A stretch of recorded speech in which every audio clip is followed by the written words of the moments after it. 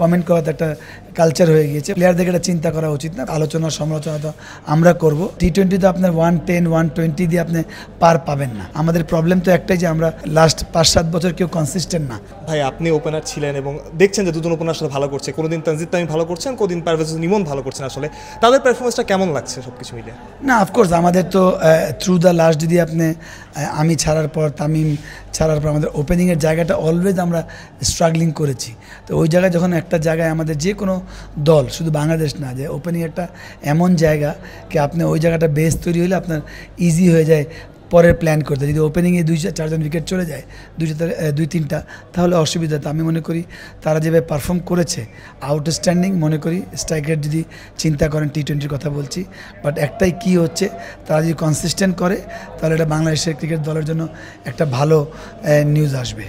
জাভেদ ভাই, স্ট্রাইক রেটের কথা বলছিলেন। আসলে ওরা যেভাবে ব্যাটিং করে, যেভাবে মানে স্ট্রাইক রোটেট করে, বড় বড় শট খেলে, যেভাবে রান করে, আসলে এমন ওপেনার তো অনেক দিন ধরে মনে হয় আমাদের একটু অনুপস্থিতি ছিল, যে যারা প্রচুর রান করতে পারে অল্প সময়ের মধ্যে। না, এটা তো টি-20 তো আপনার 110 120 দিয়ে আপনি পার পাবেন না। কারণ আপনাকে ওই দুইটা ব্যাটসম্যান, এমন তো সবাই না, দুইটা ব্যাটসম্যান তো আমি যেটা আগেও বলেছি 135-40 বা 130 স্ট্রাইক রেট থাকবে। তো ওই একটা জায়গায় ওরা যেভাবে স্ট্রাইক রেটে খেলছে এটা যদি কন্টিনিউ করতে পারে, যে আমাদের প্রবলেম তো একটাই যে আমরা লাস্ট 5-7 বছর কেউ কনসিস্টেন্ট না। ওপেনিংয়ের জায়গায় অনেক ওপেনিং চেঞ্জ হয়েছে, তখন এই একটা দল এস্টাবলিশ হচ্ছে না।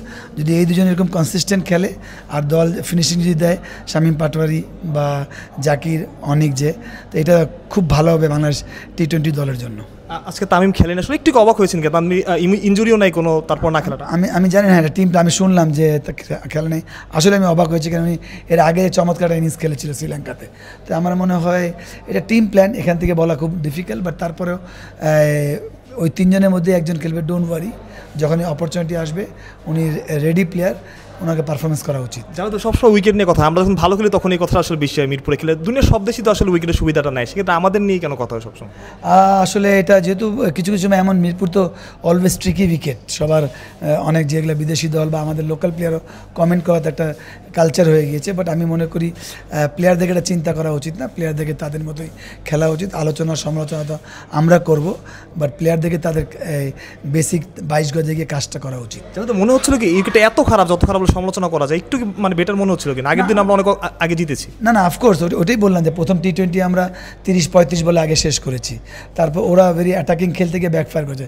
সেম সেকেন্ড টি-20 আপনি দেখেন যে ওরা কিন্তু গ্রাফ করেনি, ওরা অ্যাটাকিং খেলতে গিয়ে উইকেট দিয়েছে। বল যখন সিম করে আপনি তখন, যেহেতু এমন না যে 160-70 রান, 125-30 রান চেজেবল ছিল, ফাইটিং স্কোর ছিল, তো ওই জায়গায় ওরা এগ্রেসিভ খেলেছে।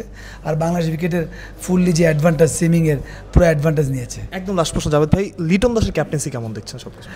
দেখেন, যখন দল ভালো করে তখন কিন্তু অনেক কিছু ঢেকে যায়। বাট উনি তো নো ডাউট ভালো চিন্তা করেন, উনি খুব খারাপ সময় কাটিয়েছেন, কিন্তু বাট এখন সাম্প্রতিক সময় খুব ইম্পর্টেন্ট একটা ক্যাপ্টেন পারফর্ম যখন করে বা তার দল পারফর্ম করে, ইজি হয়ে যায়। কারণ আপনার কাছে অপশন অনেক কম। কিন্তু লিটন অনেক সমালোচনা হয়েছে, মানে আউটস্ট্যান্ডিং, সে যেভাবে তার সমালোচনা, যতই কথা বলেন লাভ নাই।